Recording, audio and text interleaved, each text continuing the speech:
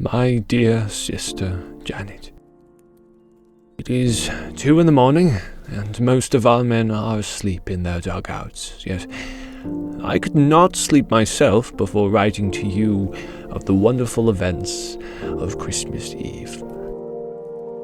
In truth, what happened seems almost like a fairy tale, and if I hadn't been through it myself, I would scarce believe it. Just imagine, while you and the family sang carols before the fire there in London, I did the same with enemy soldiers here on the battlefields of France. As I wrote before, there's been very little serious fighting of late. The first battles of the war left so many dead that both sides held back until replacements could come from home. So, we have mostly stayed in our trenches and waited. But what a terrible waiting it has been, knowing that at any moment an artillery shell might land and explode beside us, and in daylight not daring to lift our heads above ground for fear of a sniper's bullet. And the rain, it has fallen almost daily, and of course, it collects right in our trenches where we must then bail it out with pots and pans, and with the rain has come mud, a good foot or more deep. It splatters and cakes everything, and constantly sucks at our boots. One new recruit got his feet stuck in it, and then his hands too when he tried to get out. Just like in that American story of the tar baby. Through all of this, we couldn't help feeling curious about the German soldiers across the way. After all, they faced the same dangers we did, and slogged about in the same muck.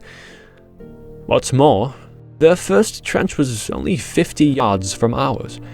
Between us lay no man's land, bordered on both sides by barbed wire, yet they were close enough we sometimes heard their voices. Of course, we hated them when they killed our friends, but other times we joked about them and almost felt we had something in common. And now, it seems they felt the same. Just yesterday morning, Christmas Eve day, we had our first good freeze. Cold as we were, we welcomed it. Because, well, at least the mud froze solid. Everything was tinged with white frost, while a bright sun shone over all. Perfect Christmas weather. During the day, there was little shelling or rifle fire from either side, and as darkness fell on our Christmas Eve, the shooting stopped entirely. Our first complete silence in months. We hoped it might promise a peaceful holiday, but we didn't count on it. We'd been told the Germans might attack and try to catch us off guard. I went to the dugout to rest, and lying on my cot, I must have drifted asleep. All at once, my friend John was shaking me awake, saying, Come and see what the Germans are doing!" I grabbed my rifle, stumbled out into the trench, and stuck my head cautiously above the sandbags. I never hoped to see a stranger and more lovely sight. Clusters of tiny lights were shining all along the German line, left and right as far as the eye could see. "What is it?" I asked in bewilderment, and John answered, "Christmas trees!" And so it was. The Germans had placed Christmas trees in front of their trenches, lit by candle or lantern like beacons of goodwill.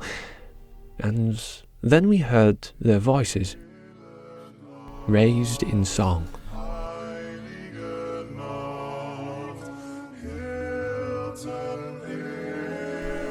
Now, this carol may not yet be familiar to us in Britain, but John knew it and translated. I've never heard one lovelier or more meaningful in that quiet, clear night. It's dark, softened by a first quarter moon.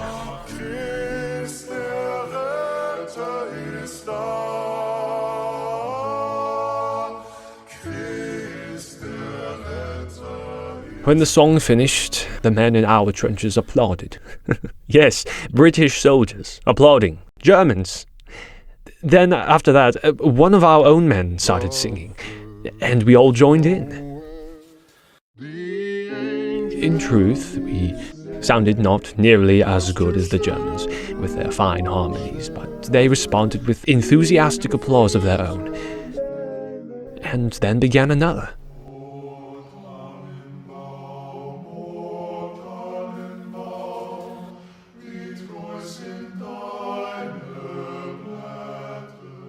Then we replied,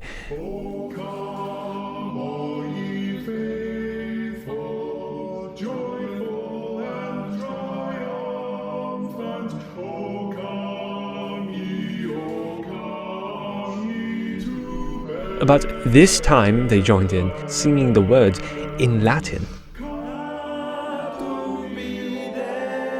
British and German harmonizing across no man's land.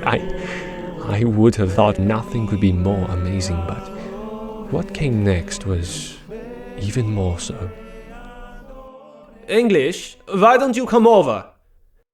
If you do not shoot, we will not shoot, we heard one of them shout. There, in the trenches, we looked at each other in bewilderment. Then one of us shouted jokingly, "You come over here!" And to our astonishment, we saw two figures rise from the trench, climb over the barbed wire, and advance, unprotected, across no man's land. One of them called, "Send officer to talk." I saw one of our men lift his rifle to the ready, and no doubt others did the same, but our captain called out, "Hold your fire!" Then he climbed out and went to meet the Germans halfway. We heard them talking, and a few minutes later, the captain came back with a German cigar in his mouth. "We've agreed there will be no shooting before midnight tomorrow," he announced. "But sentries are to remain on duty, and the rest of you, stay alert." Across the way, we could make out groups of 2 or 3 men starting out of trenches and coming toward us. Then some of us were climbing out too, and in minutes more, there we were, in no man's land, over 100 soldiers and officers of each side, shaking hands with men we'd been trying to kill just hours earlier. Before long, a bonfire was lit, and we mingled British khaki and German grey. I must say, the Germans were the better dressed, with fresh uniforms for the holiday. Only a couple of our men knew German, but more of the Germans knew English. I asked one of them why that was. "Because, well, many have worked in England. Before all of this, I was a waiter at Hotel Cecil. Perhaps I waited at your table." "Perhaps you did," I said, laughing. He told me he had a girlfriend in London, and that the war had interrupted their plans for marriage. I said, "Don't you worry. We'll have you beat by Easter, then you can come back and marry the girl." He laughed at that, then asked if I'd send her a postcard he'd give me later. And I promised I would. Another German had been a porter at Victoria Station. He showed me a picture of his family back in Munich. His eldest sister was so lovely. I told him I should like to meet her someday. He beamed and said he would like that very much, and gave me his family's address. Even those who could not converse could still exchange gifts. Our cigarettes for their cigars, our tea for their coffee, our corned beef for their sausage. Badges and buttons from uniforms changed owners, and one of our lads walked off with the infamous spiked helmet. I myself traded a jackknife for a leather equipment belt, a fine souvenir to show when I get home. Newspapers too changed hands, and the Germans howled with laughter at ours. They assured us that France was finished, and Russia nearly beaten too. We told them that was nonsense, and one of them said, "Well, you believe your newspapers, and we believe ours." Clearly, they are lied to. Yet, after meeting these men, I wonder how truthful our own newspapers have been. These are not the savage barbarians we've read so much about. They are men with homes, families, hopes and fears, principles and, yes, love of their country. In other words, men like ourselves.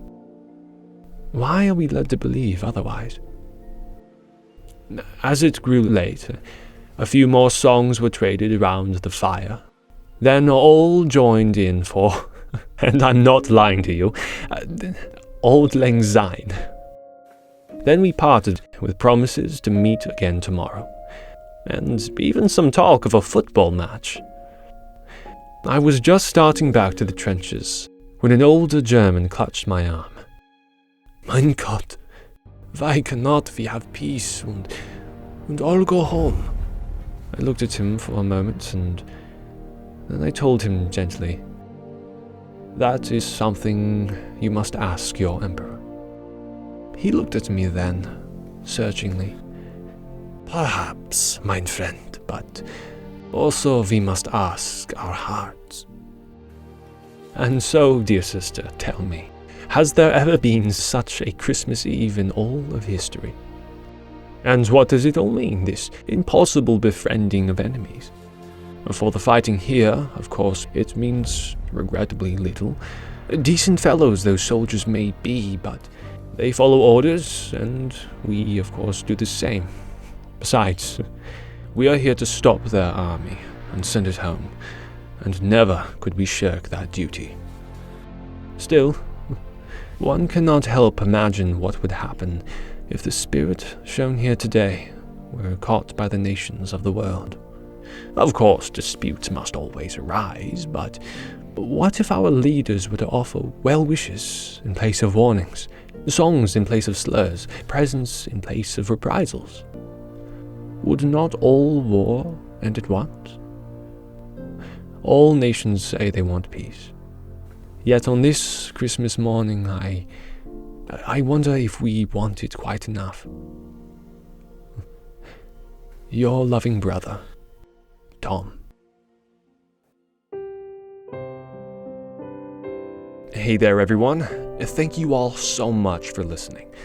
I'm very excited to finally put out some content, so I'll keep uploading when I can. And hey, if there's anything you would like to hear me read, let me know, either by email or in the comments section below, and I'll look into it. In the meantime, I've got another project cooking up, so until next time, stay frosty, and happy holidays.